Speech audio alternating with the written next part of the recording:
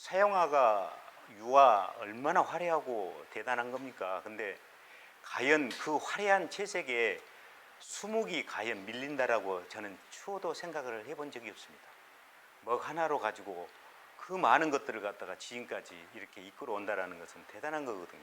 그래서 이 수묵은 역시 모든 색을 빨주노초, 파남보 모든 색을 다 섞으면 결국은 검정색이 되거든요.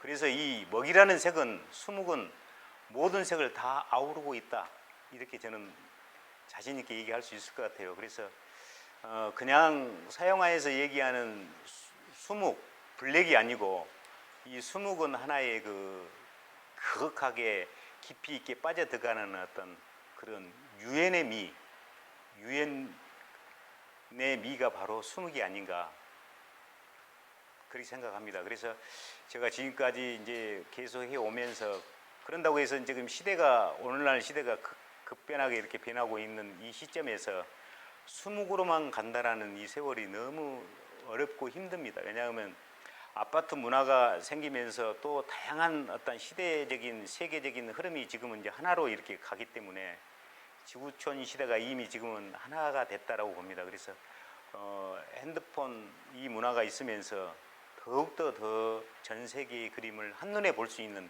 그런 시대가 됐습니다.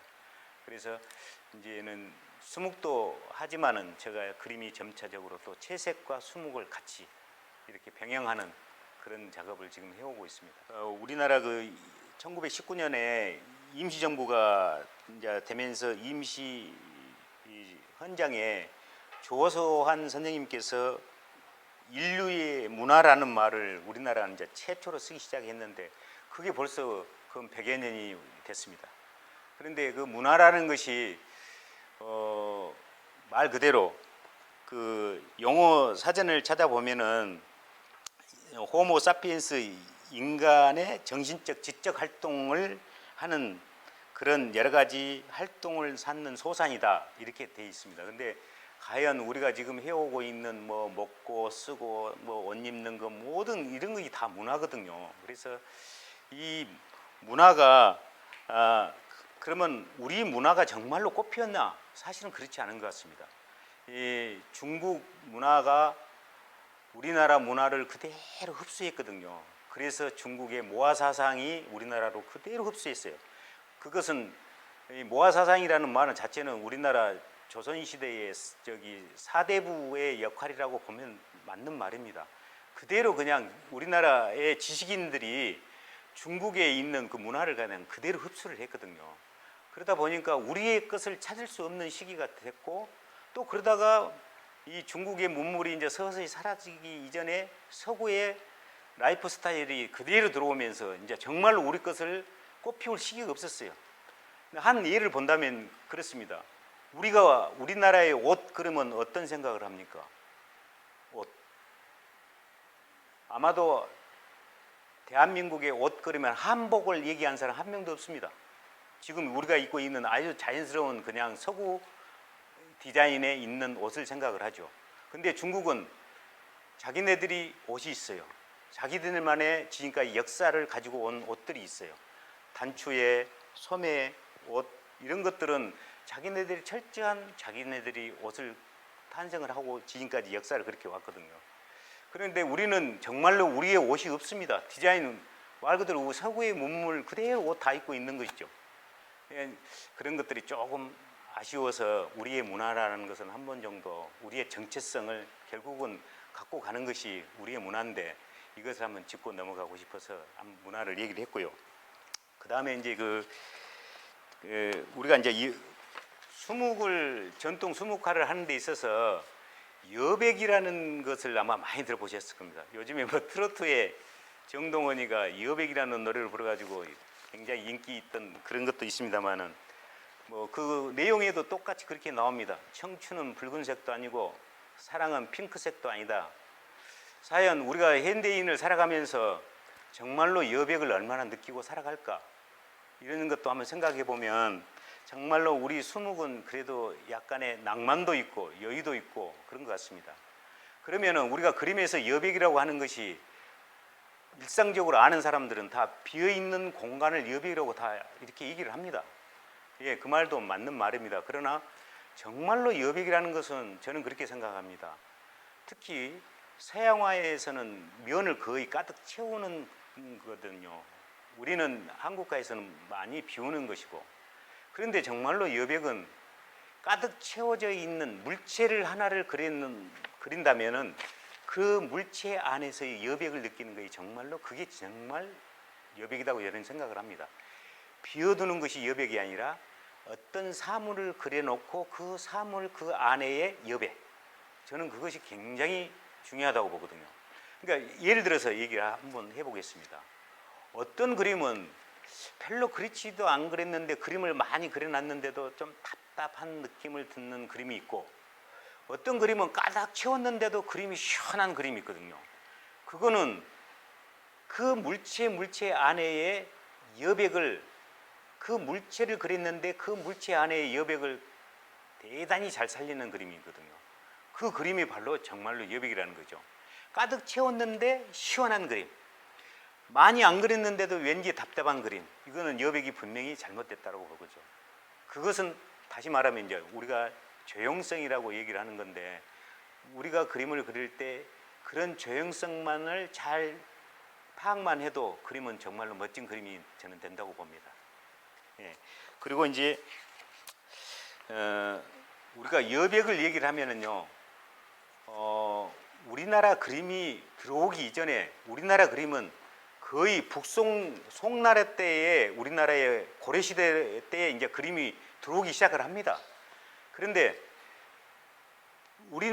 중국의 그림을 보면 북송 때에 거의 좋은 이론을 다 확립하고 있었어요. 그게 누구냐면 곽희라는 분인데, 곽희의 조춘도라는 그림이 있는데, 이 곽희의 조춘도 그림을 보면은 아주 본인이 화가이면서 이론가였습니다.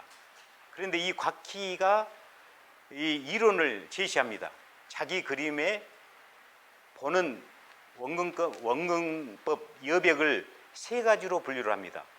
고원법, 심원법, 평원법. 고원은 높을 꽃자, 밑에서 위를 올려다보는 시점. 심원은 깊을 심자, 위에서 밑으로 내려다보는 시점을 심원법이라고 합니다. 평원법, 말 그대로 수평을 바라보는 시점이죠. 이 한 그림 안에 이 세 가지를 다 집어넣은 거죠. 서양화에서 얘기하면 이건 이해가 안 돼요. 그러나 이 동양에서의 그림은 이 세 가지를 다 함축해서 그린 것이거든요. 그래서 이런 말이 있지 않습니까? 동양화, 서양화의 비교가 어떻게 설명을 할 것이냐. 서양화는 말 그대로 보는 그림이다 라고 얘기한다면, 동양화는 읽는 그림이다 라고 얘기를 하거든요. 읽어간다. 그러니까 얼른 이해가 안 되죠. 시점이 서양화에서는 분명해야 돼요.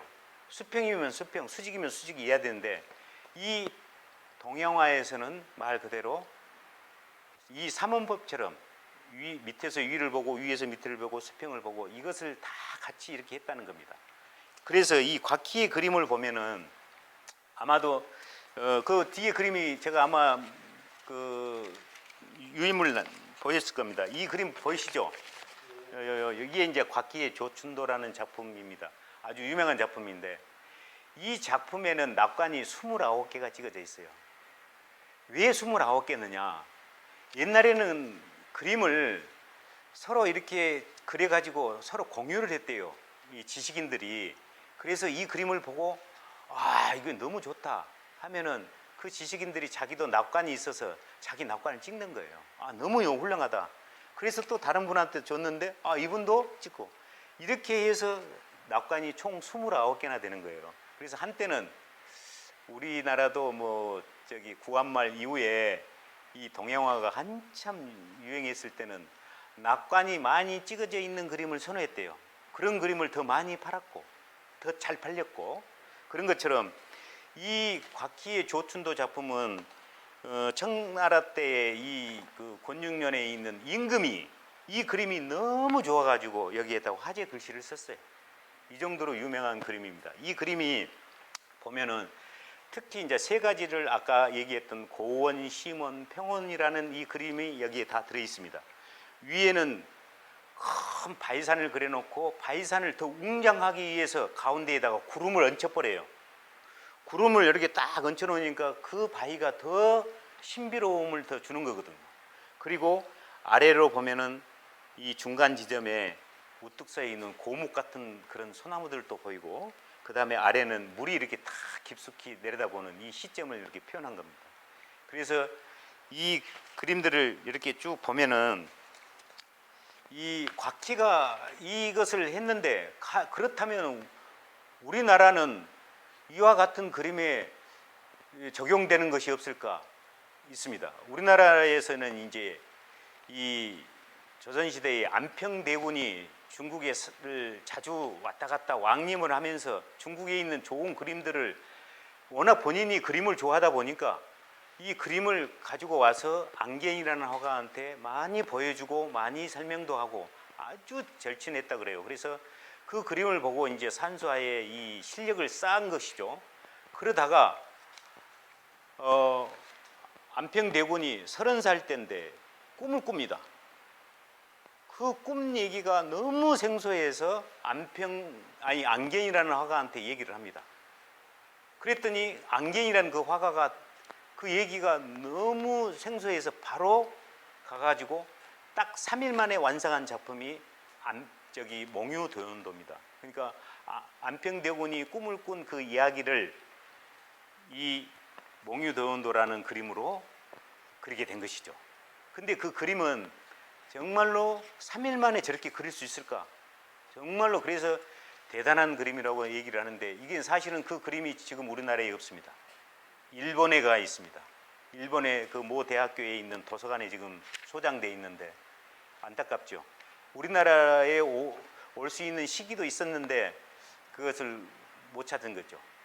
근데 이 안경이라는 이 화가의 그림을 보면은 세 가지로 크게 분류를 합니다.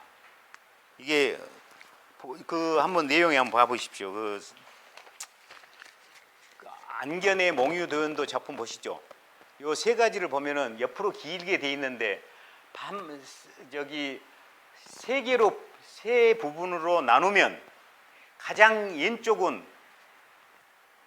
우리가 현실적으로 우리가 살아가는 삶 이야기가 그려져 있습니다. 거기에 보면은 논도 있고 밭도 있고 집도 있고 이런 개울가 같은 그런 나무도 있고 이렇습니다. 이래서 이것은 바로 팽탄한 우리의 현실 세계를 보여주고 있고, 가운데는 그 험준한 막 바위들이 여러 개가 막 겹겹이 쌓여 있어요. 이것은 중간 세계를 갖다가 얘기하고 있고, 오른쪽에는 말 그대로 복사꽃이 피어가지고 이 이상 세계를 갖다가 꿈꾸고 있는 겁니다. 말하자면 우리가 이상향, 나의 미래를 갖다가 꿈꾸고 있는 그런 세계를 갖다가 이게 보여주고, 이게 크게 세 개의 단락으로 이 그림을 그렸다고 합니다.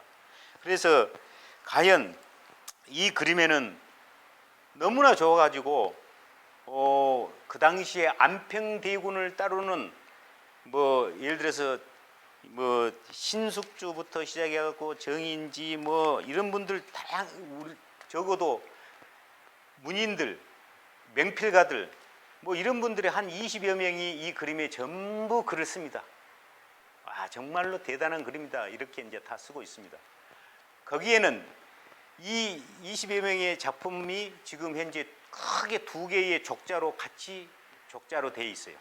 두 개로 적다에 있고, 그림은 그림대로 또 표구가 되어 있고, 그래서 이 그림이 나중에 이제 좀 문제가 생기는데, 그 뭐 성산문이라든가 김종서라든가 이런 분들이 이제 막 다 써놨어요, 이 글이. 그래서 문학적 또는 서예사적으로 굉장히 의미가 있는 그림이 바로 이 몽유도연도인데, 그 안평대군의 형 수양대군이 이제 10년 후에 그냥 이 22명의 썼던 말 그대로 안평대군을 따르는 이 친한 이문들을 갖다가 제거를 합니다. 근데 다 제거는 거 아니라고 한 서너 명만 살려줘요.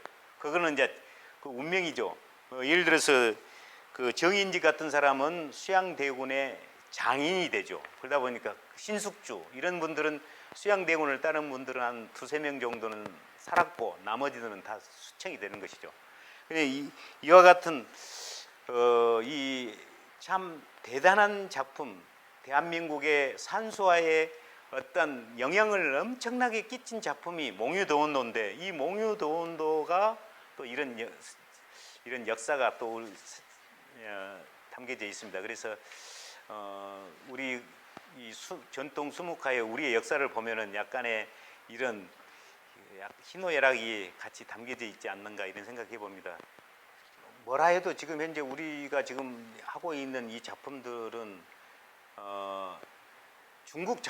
중국의 이게 작품을 수묵을 크게 얘기하면은 두 가지로 불립니다. 양장항을 중심으로 이남 이북을 중심으로 이제 얘기를 하다 보면 이북은 저기 북종화라 그러고 이남을 남종화라고 이렇게 발전이 그렇게 되어 왔거든요. 그러면은 이남은 비가 많이 오고 또 농사 짓기도 좋고 이러다 보니까 수묵이 막 울창하고 그러다 보니까 수묵이 자연스럽게 발전이 되어 왔고, 이 북쪽은 산이 험난하고 땅이 막 억척스럽고 그러다 보니까 소위 말하면은 그림이 화려한 그림, 채색화 이주의 그림들이 많이 발전한 것이 북종하고, 남종화는 수묵 이주의 그림이 발전한 것이 바로 남종화거든요. 그러면은 우리는 과연 그러면 어떤 그림이 발전해 왔느냐?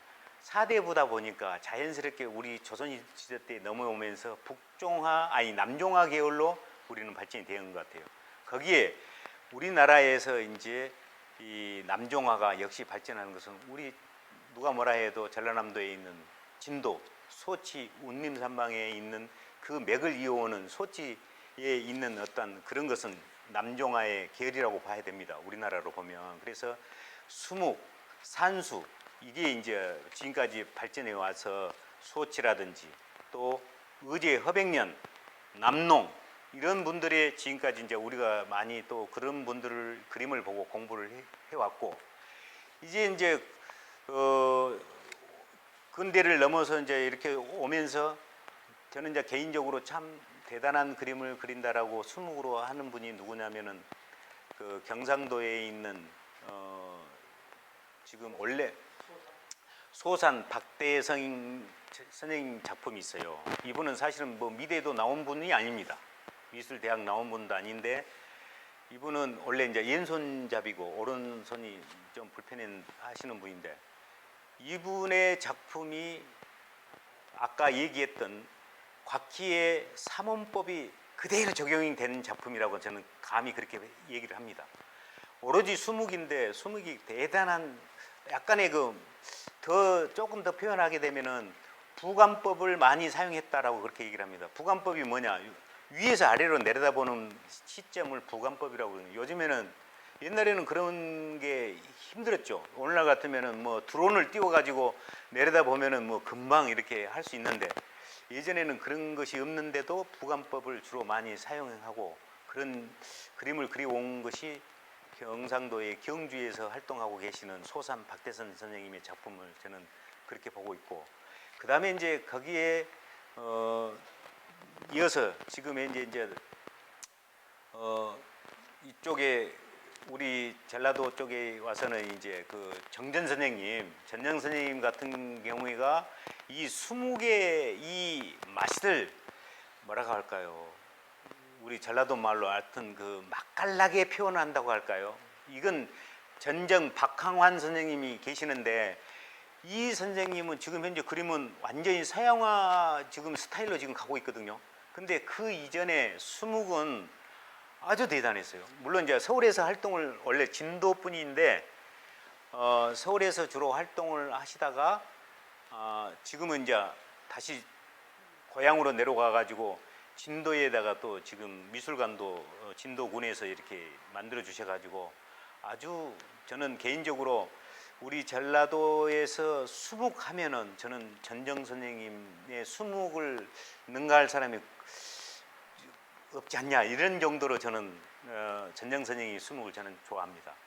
말 그대로 그냥 뭉개버려도 작품이에요. 대단하죠.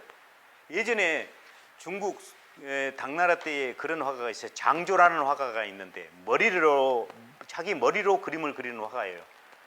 머리를 풀어가지고 먹물 묻혀서 그냥 화전지에다가 대고 그냥 머리로 그래버리는데 순식간에 그냥 비바람이 치는 것 같고 순식간에 바람이 부는 것 같고 막 이런 그림을 개짜거든요. 술을 너무 좋아하고 술만 먹으면 완전히 말 그대로 그냥 정신을 완전히 잃어버리는 말 그대로 미친 사람처럼 그렇게 행위예술을 하는 그런 분인데 장조라는 분이 바로 그런 그림인데 그와 그런 그림으로만 얘기한다면 전정 선생님 작품이 아마 그런 수준의 그림이지 않는가 저는 감히 그렇게 생각을 합니다.